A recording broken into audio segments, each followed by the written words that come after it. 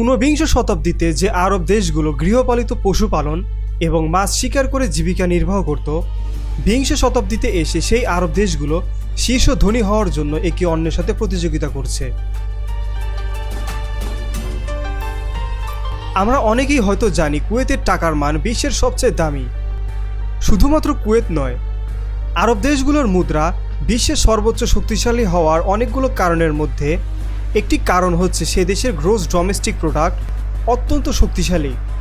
Gross domestic product হচ্ছে অভ্যন্তরীণ সর্বোচ্চ জাতীয় উৎপাদনের মোট যোগফল।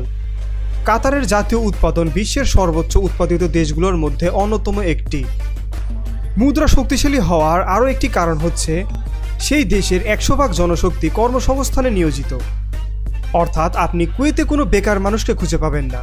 গোটা বিশ্বের মধ্যেই সবচেয়ে দামি মুদ্রা মধ্যপ্রাচ্যের দেশ কুয়েতের।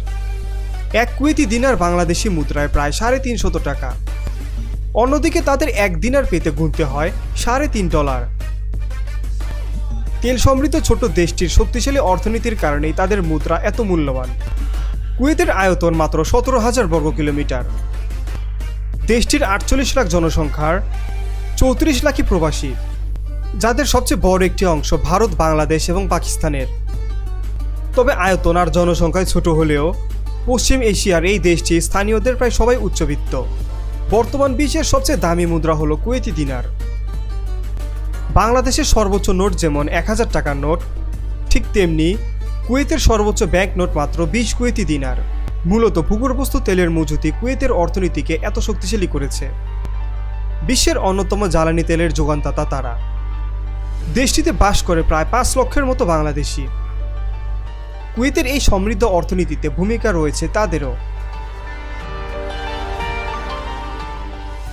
দামি মুদ্রার তালিকায় অবশ্য মধ্যপ্রাচ্যের দেশগুলোর আধিপত্যই সবচেয়ে বেশি। কুয়েতের পরেই দ্বিতীয় অবস্থানে রয়েছে বাহরাইনের মুদ্রার। দামি মুদ্রার তালিকায় 3 নম্বরে রয়েছে ওমান এবং 4 নম্বরে রয়েছে জর্ডানের। এছাড়াও 5 নম্বরে রয়েছে পাউন্ড এবং 9 নম্বরে রয়েছে ডলার।